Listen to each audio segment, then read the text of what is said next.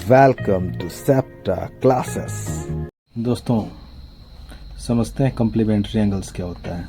यदि कोई दो एंगल दिया है, मान लीजिए एक एंगल जो है एंगल 1 लेट कर लेते हैं। एंगल 1 जो है 60 डिग्री है और एंगल 2 जो है 30 डिग्री है, ठीक है ना। तो अगर एंगल 1 और एंगल 2 को जब हम ऐड करेंगे तो 1 की जगह हम 60 लिख देंगे, 2 की जगह 30। ये टोटल एंगल की जो वैल्यू आएगी वो 90 डिग्री होगी। तो हम यहाँ कह सकते हैं कि angle 1 and angle 2 are complementary angles. Complementary angles, ठीक है। मैं कहना ये चाहता हूँ कि यदि दो एंगल का सम 90 डिग्री हो तो वो कॉम्प्लीमेंट्री एंगल्स होता है, ठीक है। अब हम लोग पढ़ते हैं सप्लीमेंट्री एंगल्स।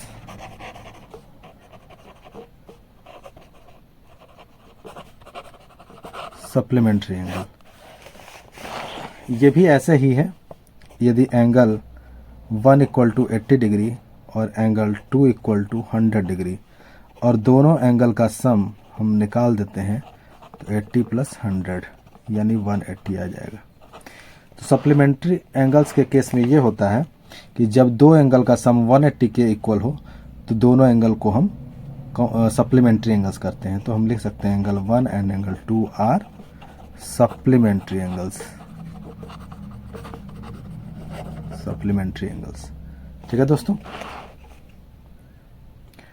देखिए एडसेंट एंगल हम लोग पढ़ रहे हैं अब। तो एडसेंट एंगल वो एंगल होते हैं जो पड़ोसी होते हैं, बिल्कुल कॉमन वॉल वाले पड़ोसी, जिनकी एक दीवार कॉमन होती है। अगर मैं मोटे शब्दों में बोलूँ तो जैसे मान लीजिए ये एंगल है, ठीक है, ये एक एंगल है। अगर एक एंगल इसमें से एक लाइन ड्रॉ कर दें, ये दो एंगल हो जाए यहाँ पर, तो ये एंगल 1 है, एंगल 2 है, ठीक है। तो एंगल 1 और 2 ए बी सी डी अगर मैं ऐसे करूं तो ए बी डी और डी बी सी दोनों एडसेंट एंगल होंगे। क्यों होंगे?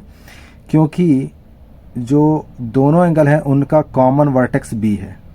कॉमन वर्टेक्स बी है और कॉमन जो रे है ये देखिए, इस एंगल में भी ये बी डी आ रहा है, इस एंगल में भी ये बी डी आ रहा है। तो एक रे या एक वॉल कह सकते हैं अपने शब्दों में कॉमन, एक वर्टेक्स और एक रे या एक कॉमन आर्म कॉमन है, तो ऐसे एंगल्स को हम एडसेंट एंगल बोलेंगे। मोटे शब्दों में बोल सकते हैं पड़ोसी। जैसे ये एंगल है, इसका जस्ट पड़ोसी ये वाला एंगल है, तो इसको हम एडसेंट एंगल बोलेंगे, ठीक है। एडसेंट एंगल का सम कुछ भी हो सकता है, ठीक है ना। इसमें ऐसा कोई कंडीशन नहीं कि सम 90 ही हो या 180 ही हो, ऐसा कंडीशन नहीं है, ठीक है। तो हम लोग एडसेंट एंगल समझ लिए। अब एडसेंट एंगल जो है यदि हमको ट्रायंगल या क्वाड्रिलेटरल में देखना है तो उसके लिए रूल थोड़ा सा अलग है ना। तो जैसे अगर मैं ट्रायंगल में देख रहा हूँ, चूँकि ट्रायंगल वाला मैं यहीं बता दे रहा हूँ ताकि कॉन्सेप्ट ही एडसेंट एंगल का ख़त्म हो जाए, ठीक है ना।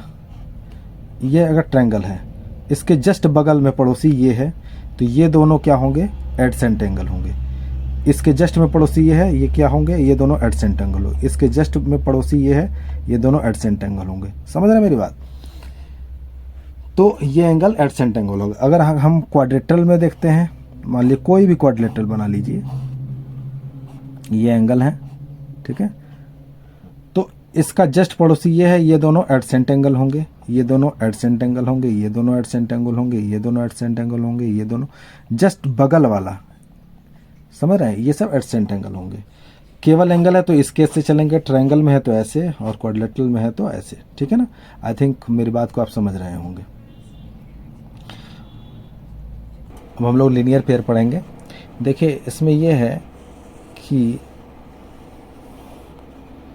जब दो एडसेंट एंगल, ये देखिए ये एंगल और ये एंगल दोनों एडसेंट हैं। क्यों? क्योंकि ये कॉमन आर्म है, यहाँ पर ये मिल रहा है कॉमन वर्टेक्स भी है, तो ये दोनों क्या होंगे, एडसेंट एंगल है। ठीक है, ये दोनों एडसेंट एंगल है। तो जब एडसेंट एंगल का सम 180 होता है, आपको पता है कि जो स्ट्रेट एंगल होता है ऐसे वो 180 होता है। तो यहाँ पे आपको एक लाइन मिल रही है, मतलब ये है कि इसका पूरा एंगल अगर दोनों को ऐड किया तो ये 180 हो जाएगा। ठीक है, तो जब दो एडसेंट एंगल का सम 180 होता है तो उसको हम लोग लीनियर पेयर कहते हैं। ठीक है, आई थिंक आप लीनियर पेयर समझ गए होंगे। ठीक है दोस्तों, यदि एंगल ये ए है ये बी है तो angle A plus B equal to 180, ये लीनियर पेयर कहलाएगा, लीनियर पेयर कहलाएगा। ठीक है।